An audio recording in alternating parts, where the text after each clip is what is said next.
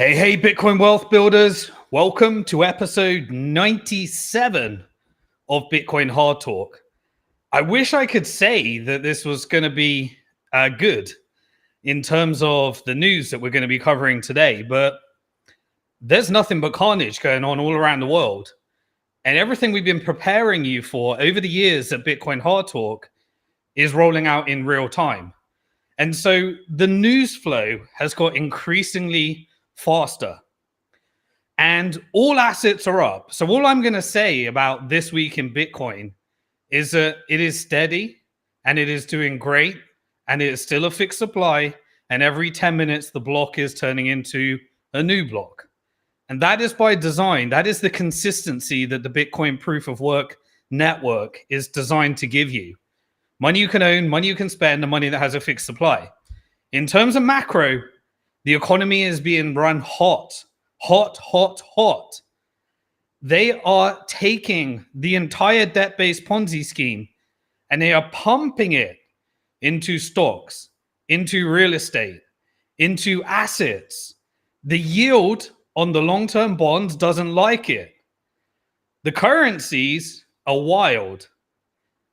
And there is fixed assets, which is how you protect yourself, whether that be gold at new all-time highs or Bitcoin approaching its all-time high.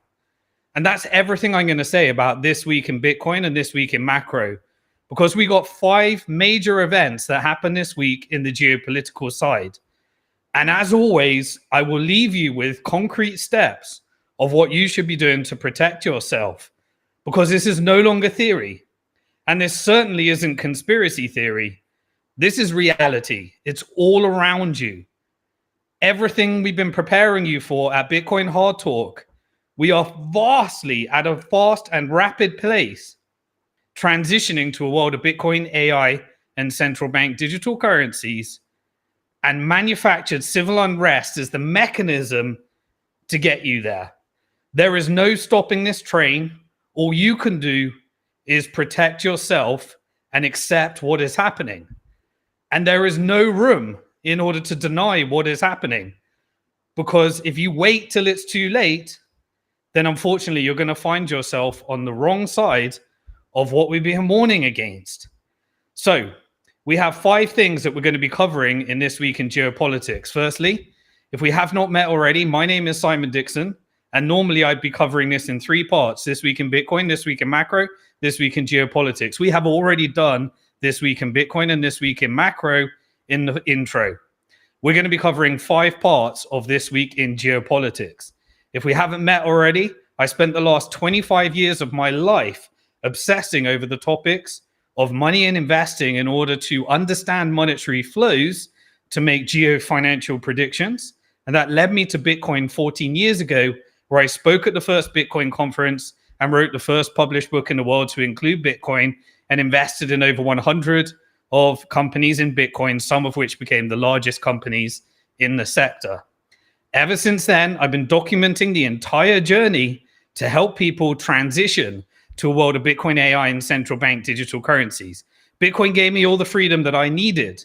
So there is no ads, there is no sponsorship, there is no agenda, there is no upsell, there is nothing other than you helping us get this content out to as many people as possible.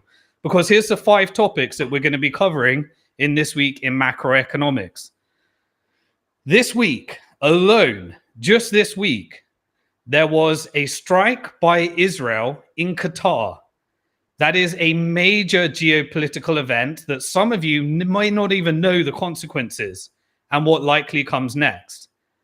There was also a Russia and Ukraine conflict, 19 drones that came over Poland, and we're going to have to understand what the impact is on the proof of weapons network and what they're up to so that we can get ahead and get past the narrative, follow the money, so that we can understand what is likely to come next.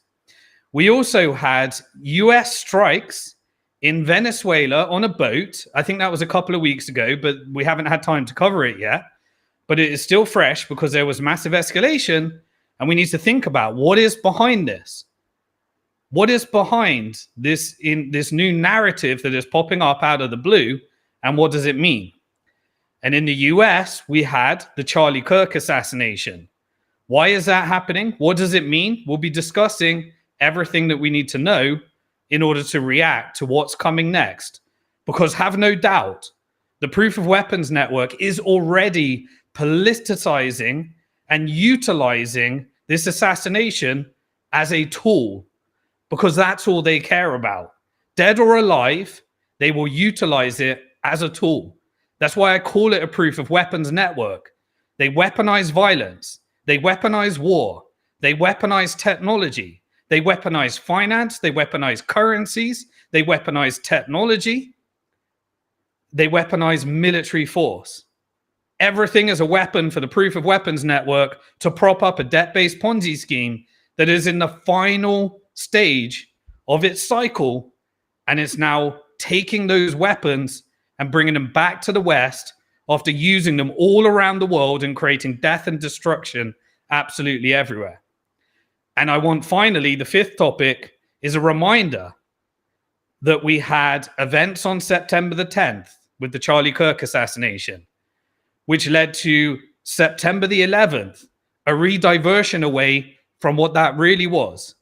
We're now on September the 12th, where we have Bitcoin Hard Talk, and tomorrow is September the 13th, where the next phase of the UK manufactured civil unrest campaign for the profits of Palantir and the proof of weapons network begins. And you have to decide what you're going to be doing. So without further ado, we're going to go into the first topic. And this first topic is about what it means. Why was there a strike from Israel in Qatar?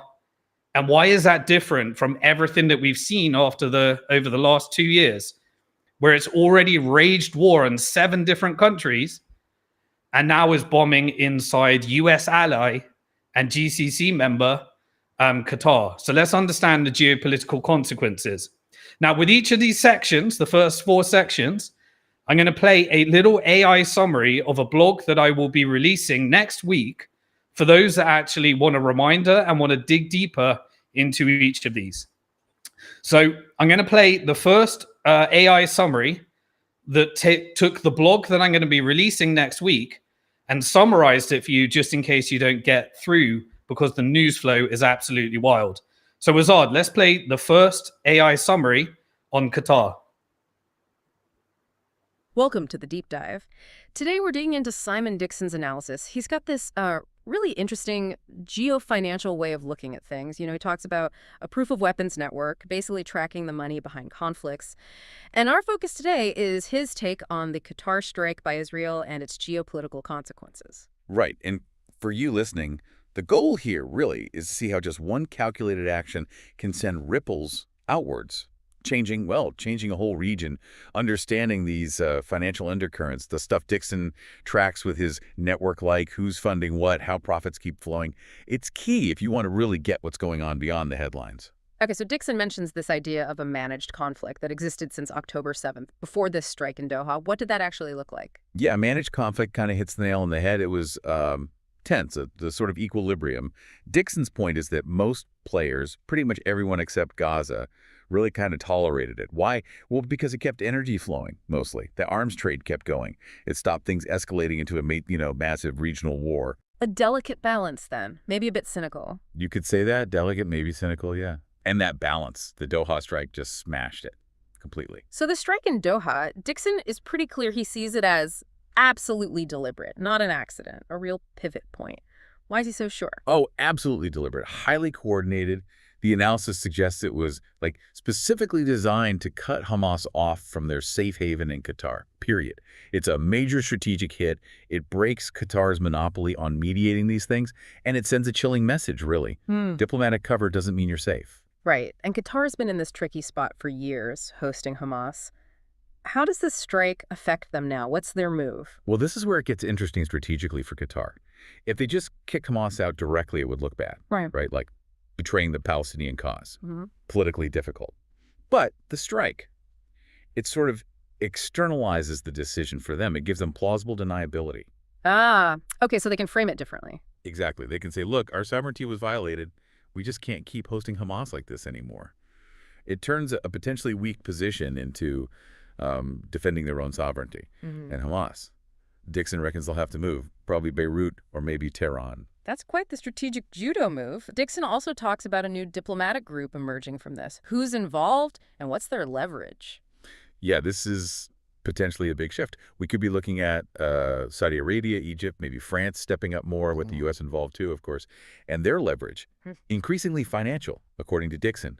They can start tying Israeli trade, benefits, investments directly to actual concrete steps towards Palestinian statehood, with deadlines. How would they do that, practically speaking? Through things like insurance adjustments for regional projects, subtle shifts in where capital gets allocated, even gating defense support, basically deciding when and if to provide certain military aid or intel. And Dix's feedback also adds this layer. He argues this whole situation makes Israel look like his words, a weaker rogue state. A weaker rogue state. That's strong language. It is. The idea is it makes them seem out of control, which ramps up the pressure, especially, he points out, with the U.S. looking somewhat isolated, Israel facing a lot of global criticism, and much of the rest of the world kind of unifying against the situation. Apparently, even just quietly shifting, say, $10 or $20 billion out of certain investments by Gulf sovereign wealth funds sends a huge message without needing a press conference. So it's almost a paradox. This aggressive strike actually becomes the thing that pushes towards statehood. That's the argument. It could be the first real catalyst, Dixon thinks, to make the conflict just too expensive to maintain. To make peace, frankly, the only profitable way forward. There's also talk of this Paris track, Saudi Arabia, France pushing for a UN timeline on a resolution, putting a clock on it. Okay, so wrapping this up for you listening, that strike in Doha, it wasn't just another event in the conflict. Dixon sees it as a fundamental structural break. Right. The effects are cascading. Hamas is weaker, maybe delegitimized in some ways. Qatar gets to reset towards neutrality. Egypt and Saudi Arabia, they gain clout as mediators. And maybe the biggest thing, financial markets are now actively pricing this regional instability into business. That gives Arab states, European powers, a new kind of leverage they didn't quite have before. So the pressure is mounting. Exactly. And the challenge now, as Dixon sees it, is keeping that pressure on, making the cost of doing nothing really clear on balance sheets until there's a real roadmap agreed upon. Because, and this is Dixon's final thought really, deep down, everyone knows that ultimately peace will be profitable.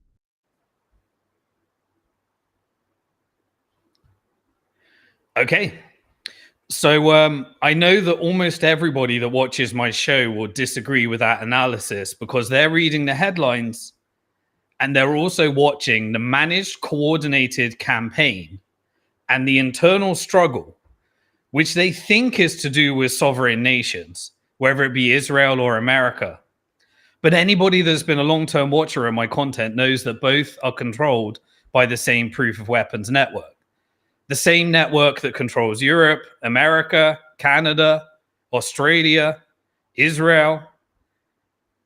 It is the same network that is negotiating the internal struggle between the profits of the banks and the financial industrial complex and the forever war model of the military industrial complex. And yes, they profit from genocide and they don't give a damn. And I've covered the power struggle throughout the Bitcoin Hard Talk episodes. But as a quick recap, just to understand it, October the 7th was a coordinated false flag operation. That doesn't mean that it didn't happen. A false flag means you create a catalyst for conflict when the real goal was to do what happened after the conflict. And if you've watched it, if you haven't watched it yet, please go to simondixon.com, go to my blog section and type in atrocity. You will see the documentary Atrocity Inc. Now, if you believe the cartoon version of what happened on October the 7th with all the lies, then you will be very triggered by what I'm saying. If you understand how October the 7th really was, when you look at all the different sources of who spread the lies about 40 beheaded babies and mass sexual violence and all that stuff, and you don't see it for what it actually was, a prisoner swap, then you won't be so triggered by what I'm saying. So please watch that documentary. It goes through every single person and every single reference of where all the rumors came from so that you can understand the types of operations that not only happened in Israel and Gaza, but are now coming to America and UK and the West. And you will fall for them if you don't understand them.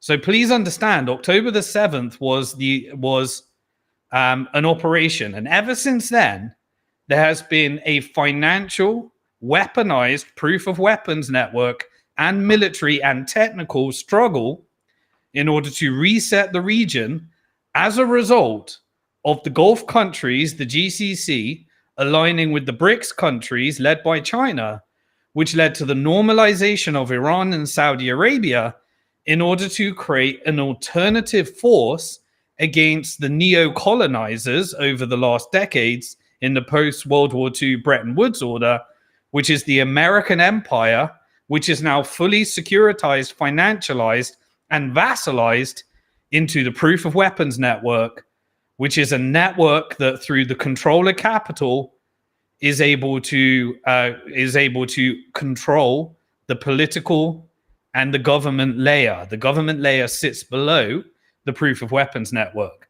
And they create false flags in order to engineer events and manipulate the media in order to justify the actions in this neo-colonial empire that has now got this resistance against it as we enter into this internal struggle.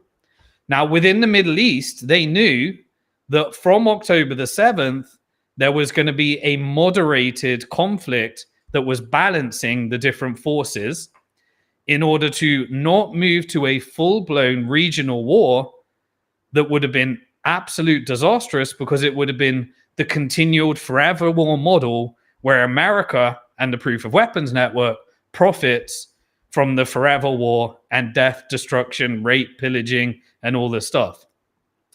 And so another thing that I want to make sure that you understand is don't confuse my analysis for advocacy. You know what I advocate for.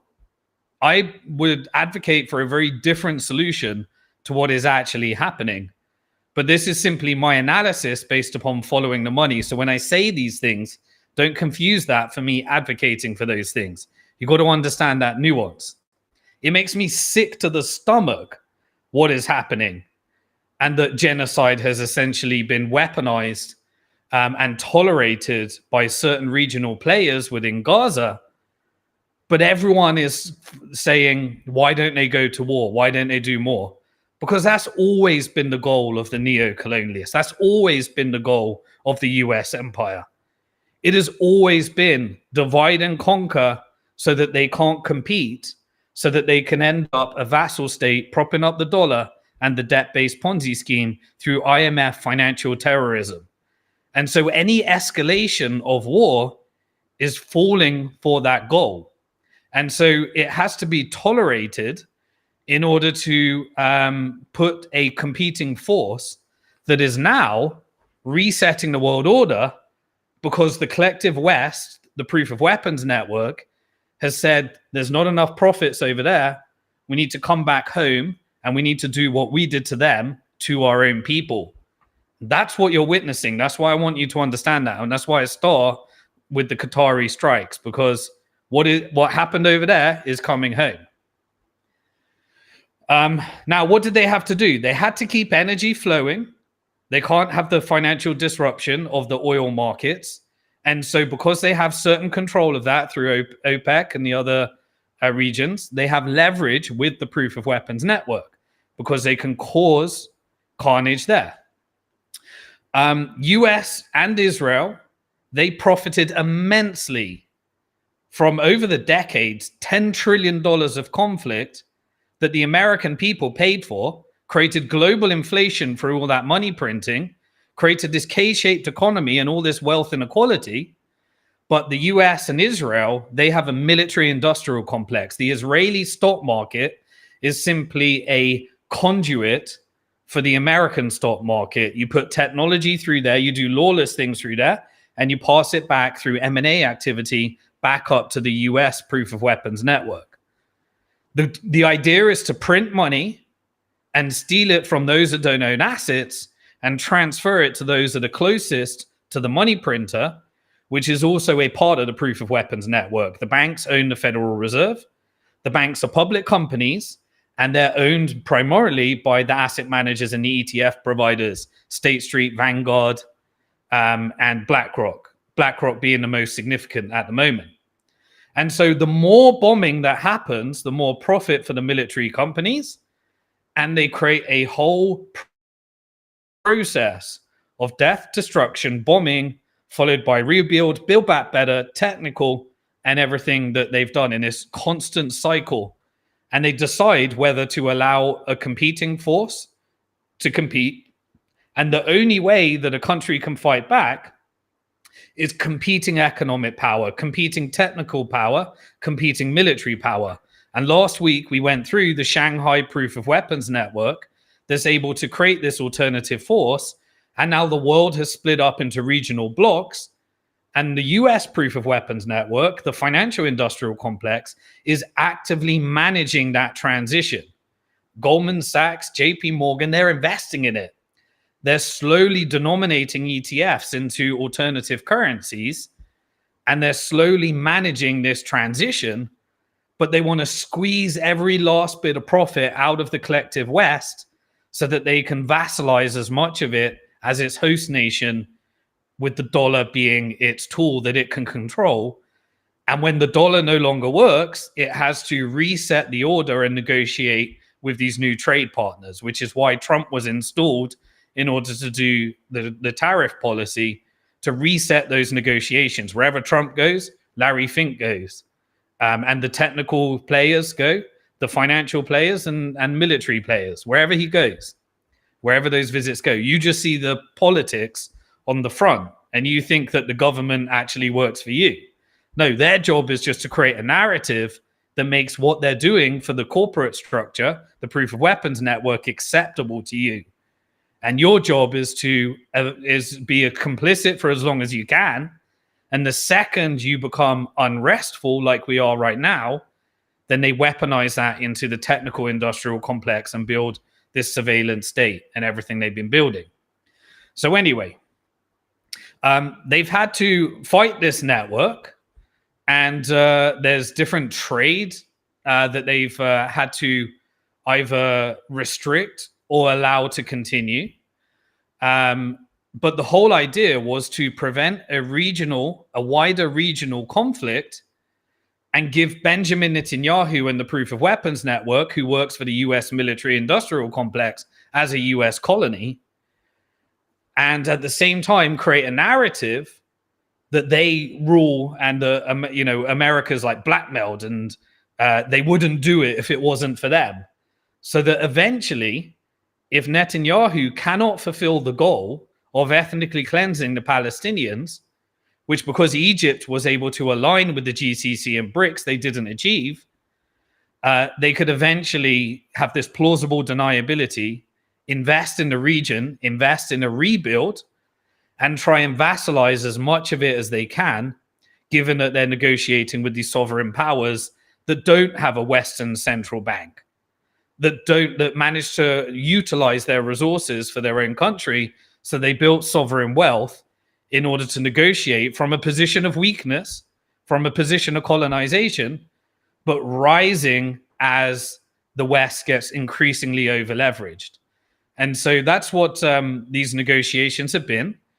And they don't care. They will negotiate death, destruction, and that's what they've always been doing. What we are witnessing in Gaza has been happening for decades all around the world.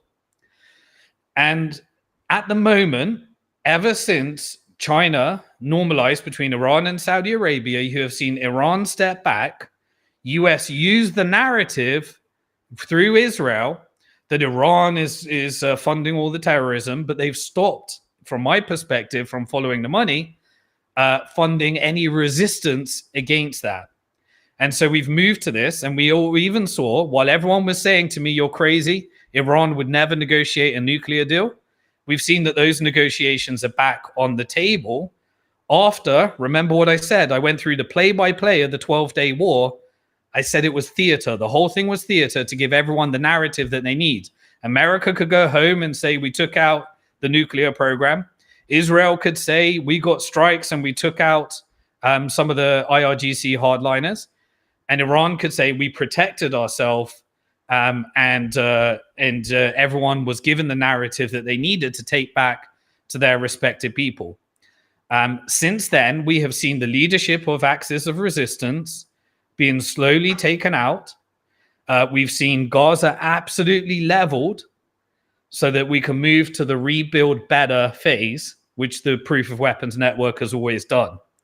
That, I believe now, with the Qatar escalation, marks a new signal, a new turning point into what I've been covering in terms of what America has proposed as the Gaza plan and what Egypt and Saudi Arabia and the GCC have been negotiating as the counter plan. And the only way you get the colonizers out of your region is you have to make it more profitable for them to actually invest with you rather than blow you up and kill your children. And that's how you negotiate with America when it's hosted by the Proof of Weapons Network. So the 12-day war was there to manage narratives. I personally believe right now, and some people get very touchy, again, it's not what I'm saying, it's what I think is happening, that the Axis are alone in order to move into an integration phase. And in order to get to that next stage or that next narrative, Israel striked on Doha. Now, this is significant. The reason this is different is because all of the previous other 7 countries, we had, there's nothing new. I mean, they've been bombing and killing in Gaza and West Bank and taking over more land and settler colonialism and taking hostages, from Palestinians. They've been doing that for decades now, ever since this settler colonial project happened under the British Empire. And when the British Empire lost its power, handed over to the US Empire. But I was on Spaces this week when it happened in real time, as the strike was happening in Qatar. And I was the one that was saying, Qatar signed off on this. The US knew it was going to happen. All of the different regional players know that it's going to happen. Everyone was panicking, saying, oh, this is World War III. This is World War III on my X feed. And I was saying, no, all of this is deliberate. All of this is coordinated. And everybody knew, in my opinion, that this was going to happen. And what is different? Why is this symbolic? So, people were questioning me, saying, why would Qatar allow that to happen? They're known as a place, a sovereign nation where you can negotiate these diplomatic conflicts. And they also work with the US. They're a US ally. So what makes Qatar different from all the other players? So obviously the other players have proxies that were either funded by Qatar or funded by Iran or funded by covert forces through the US, through USAID, over to Israel and via the different allies and networks in the covert operations. And so Qatar is a GCC member, which means that they are a member with Saudi Arabia, UAE, Kuwait, Bahrain, and other members. Qatar is also an ally of both, a neutral ally of both Iran and both the United States. At times, they have different types of conflicts, but they also host the largest US base in the region. They also, with the understanding from US, they hosted the political arm of Hamas. And that was always what they wanted to do. Now, this was speculation because Iran stopped funding them approximately 10 years ago, from following the money is my understanding. But they wanted the political arm there. So people speculate that this is covert operations. And remember, that doesn't mean that the people fighting the Palestinian cause are the same as the infiltration at different levels. Whether there was infiltration or not, this is up for speculation. I'm open to different types of things. But there was always a narrative from that Israel funded it and allowed in order to destabilize the region because they wanted an operation like October the 7th to happen. This is a covert operation so they could take over all the land, ethnically cleanse and genocide the Palestinians. And they wanted to fund a more hardlining resistance versus a normalizing Palestinian authority. And there was always attempts to make sure every deal failed, whether it be, we see all these things with different types of blackmail with Clinton and Oslo Accords and various other things. Anyway, for the last 10 years, much of the funding of Hamas has come via the political wing and the office in Qatar. And then you have a military wing in Gaza. And that's not the same as the West Bank. The West Bank has a separate resistance, the Palestinian Authority, and no leadership from Hamas. Now that blows out the whole narrative because Israel has been doing terrorism, settler colonialism, bulldozing, death, destruction, massacring in the West Bank because they're taking over that land, which has got nothing to do with Hamas. Anyway, Israeli media often says that there was large funding to Hamas via Qatar. That's always been a narrative that you see there. Also, Qatar is a major liquefied natural gas, LNG exporter, both to China, both to Europe, both to Western forces, both to regional forces, a major one. They got the largest per capita GDP in the world in terms of sovereign wealth. It's kind of like the Switzerland of the Middle East for certain mediations that are controversial between Iran and Western allies and various other things as well. So when you strike within Qatar, that kind of breaks Qatar's mediation role because it struck the political arm of Hamas. Now, it was framed in the media like, oh, right, yeah, we were just targeting them, but they could have done that all along. Qatar has always served with the knowledge of both US and the approval of US as the shelter for the political arm of Hamas. And so when they go and they bomb that, this marks a pivot point. This marks a change. This basically says in the external optics that nobody's safe anymore because US is meant to have security agreements with Qatar based upon having a US military base. And even under, diplomatic cover, Israel comes in and strikes down the office that hosts the political arm of Hamas. So this completely reframes the conflict. Now, what happened? Some of the Hamas members were taken out. Others, the leadership didn't get taken out. And there was one Qatari casualty as well. To me, this is completely a transition phase, as I covered in the AI summary. This is basically flipping the dilemma that Qatar found itself in. Now, as we are moving to the next phase, where essentially the negotiations are happening between the GCC and the Proof of Weapons Network and the decolonization exercise, Proof of Weapons Network is weaponizing violence in order to get as much assets, strategic assets as possible. And the GCC is trying to hold on to as much as its sovereign power. And every time you blow up more children or you escalate, then the Proof of Weapons Network, hosted in the US, represented by the US stock market, gets more strategic power in these negotiations. I also covered last week that Netanyahu has kind of gone off his own because he works for the US military via its proxy Israel. But he's got his own agenda. He doesn't want to go to prison. He's on the line for international corruption, internal corruption, genocide case, which they don't want to fall out over to America. So at some point, America needs plausible deniability in order to make sure that their companies don't get sued for the crimes against humanity that they're committing via its proxy. And so this is kind of like flipping the board right now.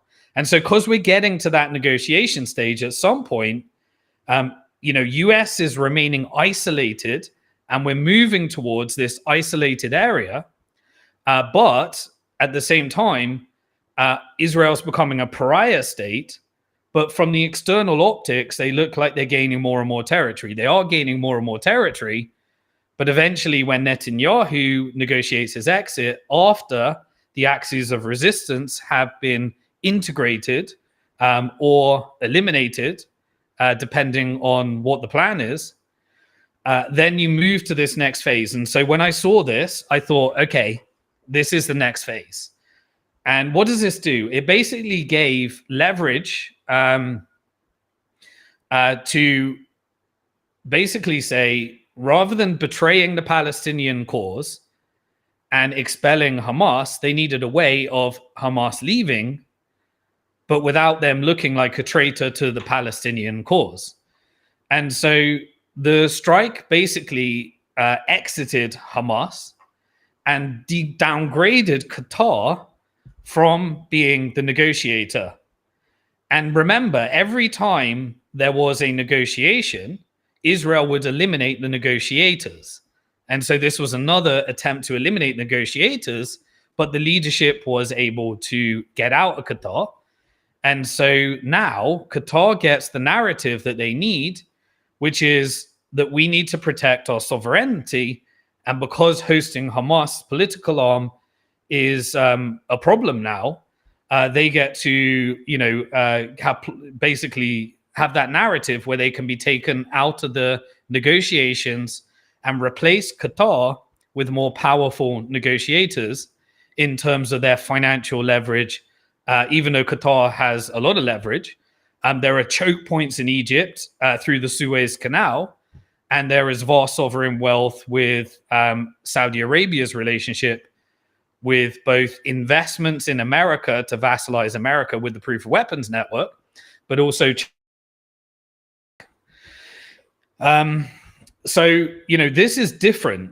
A strike in a Gulf country is different to any type of country that has been destabilized with forever wars by the US proof of weapons network via its proxy Israel, like the Lebanons, the Syrias, the ones that have been fully vassalized, and the Jordanians and various other countries.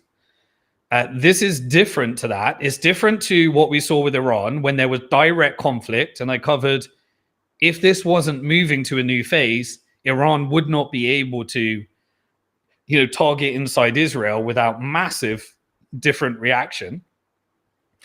And now we got the Qatar side as well, which is now in a Gulf country. So there is a trade-off. Qatar takes reputational risk. There is a cost. There is a liability there is also a liability to hosting Hamas as we move to that. They can't just expel Hamas because they can't betray the Palestinian cause.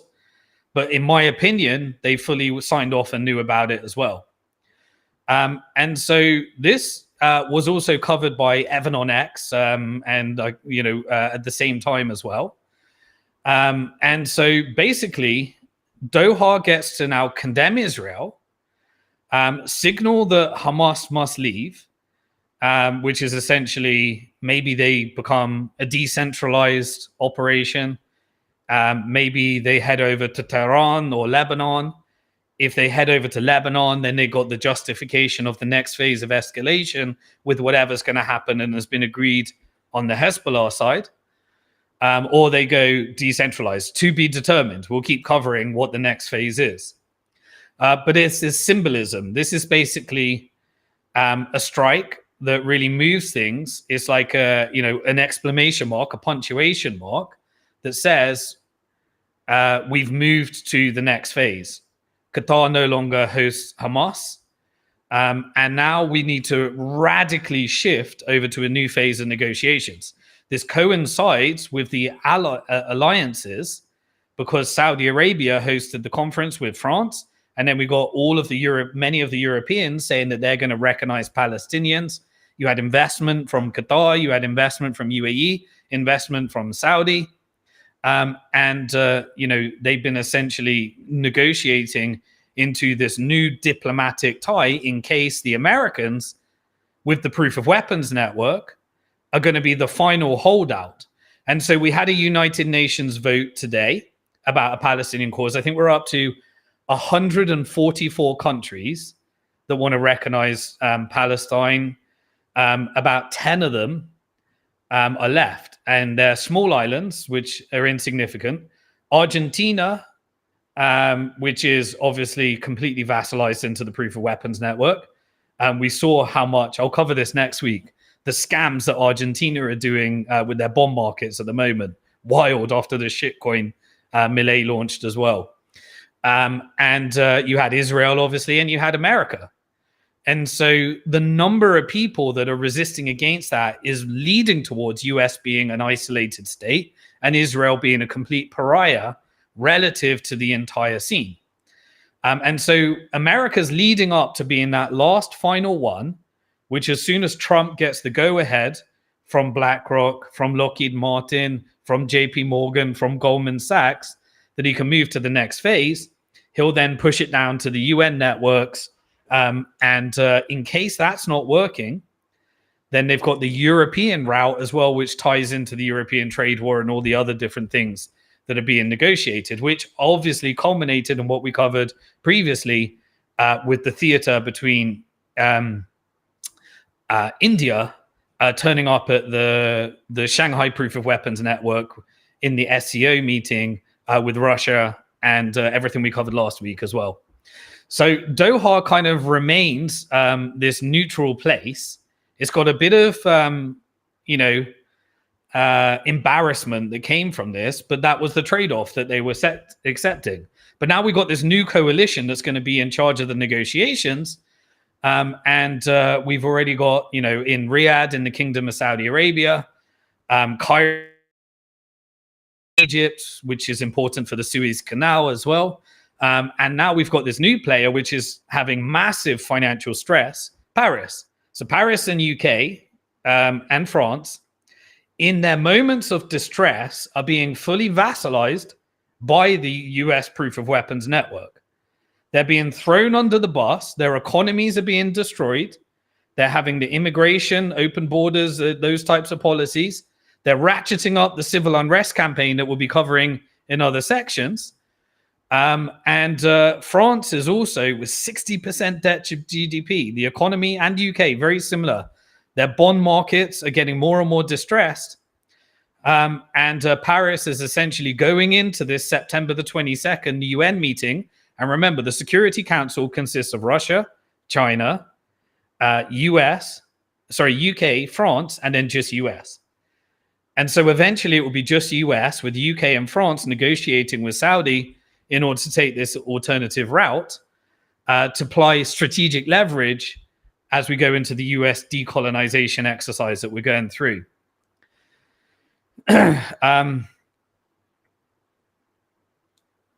Okay. And so, this is what I think we're witnessing, and that's why I think this is the next phase. Now it moves over to currency war and financial war, because we've had this destabilization of the market, no reaction from Qatar, so it went back to stability, and now you can use financial weapons of mass destruction in order to play the US Proof of Weapons Network at their own game. The Gulf nations can move their sovereign wealth funds. They can take moves that will impact insurance premiums, that will impact shipping and trade routes. Or they can just simply send a signal to Wall Street by even just moving some of their money from their sovereign wealth over to alternative investment structures. And this kind of signals in this network how far this can go until everything gets resolved and we move to the next phase. So I'm going to be watching the insurance market, the different premiums, the different financial markets.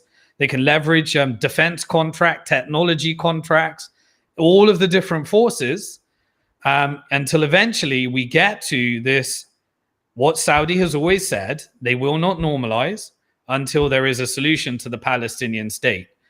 And obviously there are those two plans that we've seen. We've seen the plan from the US Proof of Weapons Network, and we've seen the plan from Egypt and Saudi Arabia to invest 53 billion. And that tension is what is, taking longer, as well as Netanyahu negotiating his strategic exit, which eventually leads to the fall of cabinet and strategic over time vassalization of all the Israeli assets and what's been negotiated. So I think we're moving to the next phase.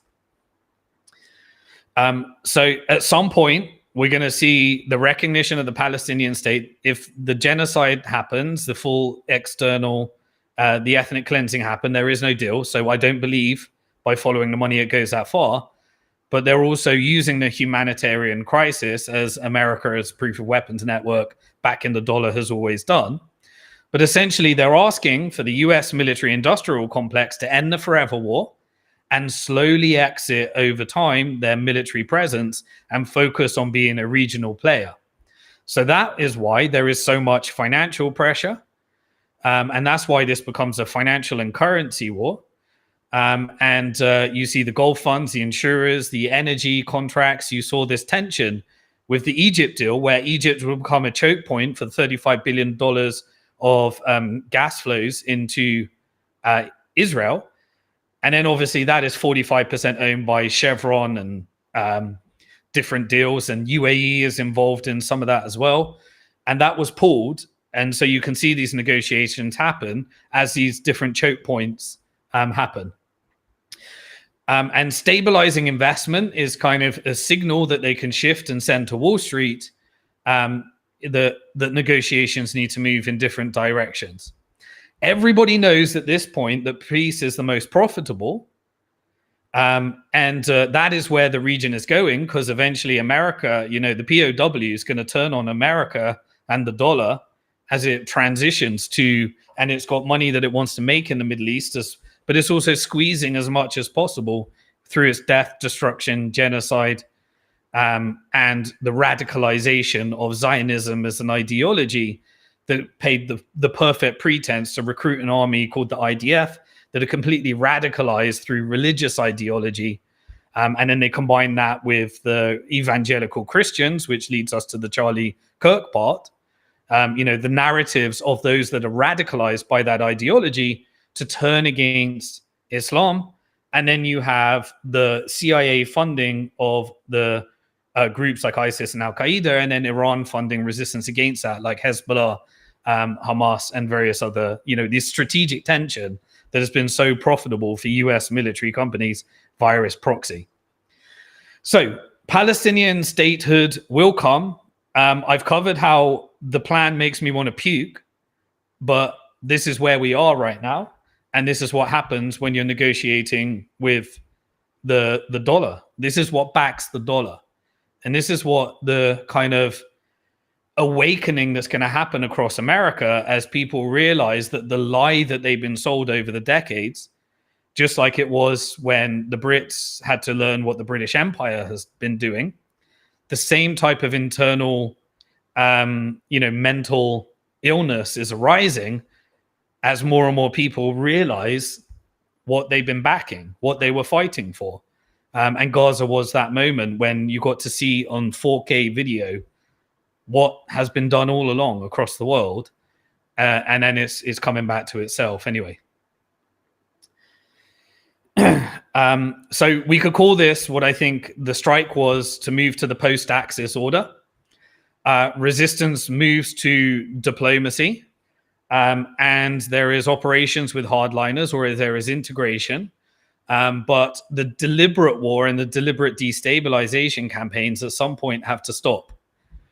And what was the point in resistance? Resistance was to get to the point where it moves to, rather than always being, a tool that profits violence covertly, eventually it has to move to diplomacy. And that's what I think we're witnessing, which is why, as I said, in America, you've got the blame shift where they're allowing, the evils of the Zionism ideology to be exposed to the world. And then they get their blame shift. Oh, no, it's because they blackmailed us. We wouldn't do that. We would never do that. They have elements of truth.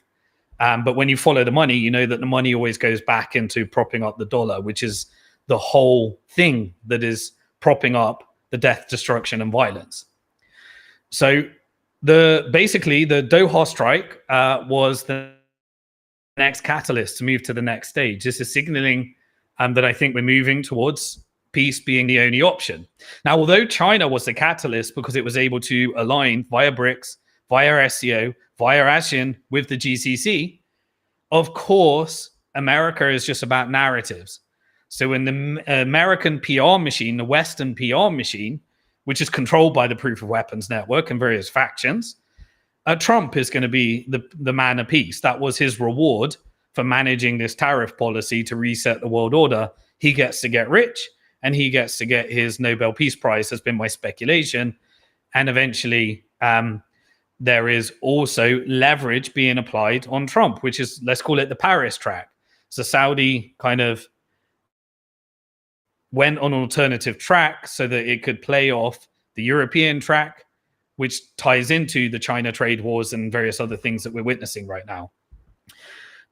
So if Trump stalls via the proof of weapons network, obviously Trump is just, he's not, he's selected, he's not elected. That's how the proof of weapons network, that's what JP Morgan, Goldman Sachs all created by securitizing every asset and using lobby in order to control, and building a deep state under the military that does not have national interest, has preservation of the corporate structure, which is now a global institution. Some call them globalists. But anyway, governments are subordinate to them, and there is no exceptions to that rule. If you betray that network, then there's all sorts of ways you can tarnish someone's reputation. You can, at its extreme, assassinate. There's many different ways in which this mafia uses that. But eventually we have to move towards this, this permanent ceasefire is essentially being used as leverage. And I think the next one we get will be an actual one, rather than the fake ones that we've been used to all over the years. So yeah, Saudi and Egypt have been pursuing the EU track, and now we're starting to see all of these European puppets saying that they're going to recognize Palestine. And suddenly they found a heart. Suddenly they'll talk about starvation. Suddenly they'll talk about famine, despite the fact that their whole currency was propped up by that violence, death, and destruction. And so, that's why you've seen massive Gulf investments in the European Union. While the proof of weapons network has these demographic changes through immigration policy, mass deportations, and civil unrest campaigns in order to buy up all the assets in Europe in distress and then turn it on each other so it can usher in the surveillance state.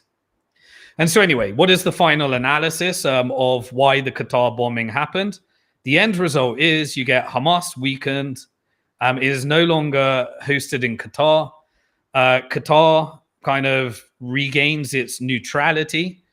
It steps aside slightly, and then the Egypt-Saudi become the new moderators.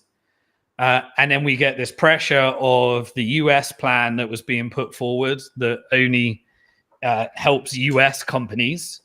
And then you've got the GCC plan, which only helps those in the region. And eventually we get somewhere in the middle. Financial markets did price in instability. And if they move to stability, then we're moving in the right direction when you follow the money. And the Arab European states is applying leverage against the proof of weapons network over Israel. But at the same time, that is the financial industrial complex, which is in an internal struggle with the US military industrial complex. US military want to make as much as possible, and financial needs to show as many returns as possible. And then miraculously, Trump will give a narrative to everybody saying, we created peace, even though they created all the death, destruction, and violence in the first place. Makes you want to puke, but that's how it is. So I think settlements is closer, and you can now use markets to enforce urgency. Just so you know as well, I created a bit of a blog series on the proof of weapons network plan, which is competing with the GCC plan. If you go to Simon Dixon's blog, I actually had like a 4-part it's a 4-part blog series over there. And part 4 was called, what was it called? Endgame Gaza. So in part 3, we covered what the endgame looks like for the proof of weapons network, what they're trying to do. But part 4 was Endgame Gaza. And I want you to understand this because this is the beta test for what they want to do globally. So even if they don't get their plan implemented, it shows you in slide deck that this isn't conspiracy theory. The tokenization of land and everything they want to do, everything we've been covering in Bitcoin Hard Talk, was laid out in plain sight in this plan, and it was put forward by Tony Blair, who's obviously a pundit for JP Morgan and the Proof of Weapons Network as well. So please, everybody watch that video, because it helps you understand what's coming next, because I'm all about getting you ahead of what's coming next. You call it a conspiracy theory at the time, then it happens and it becomes a conspiracy, and then by that point it's too late to prepare. It's what the Proof of Weapons Network wants for the West, because I said it's coming inwards now. It is colonizing inwards because it's a global network. It's ran out of countries because of the resistance against it in other countries, so it's coming back in. Okay, so that's everything that I wanted to cover for event 1. We're now going to move over to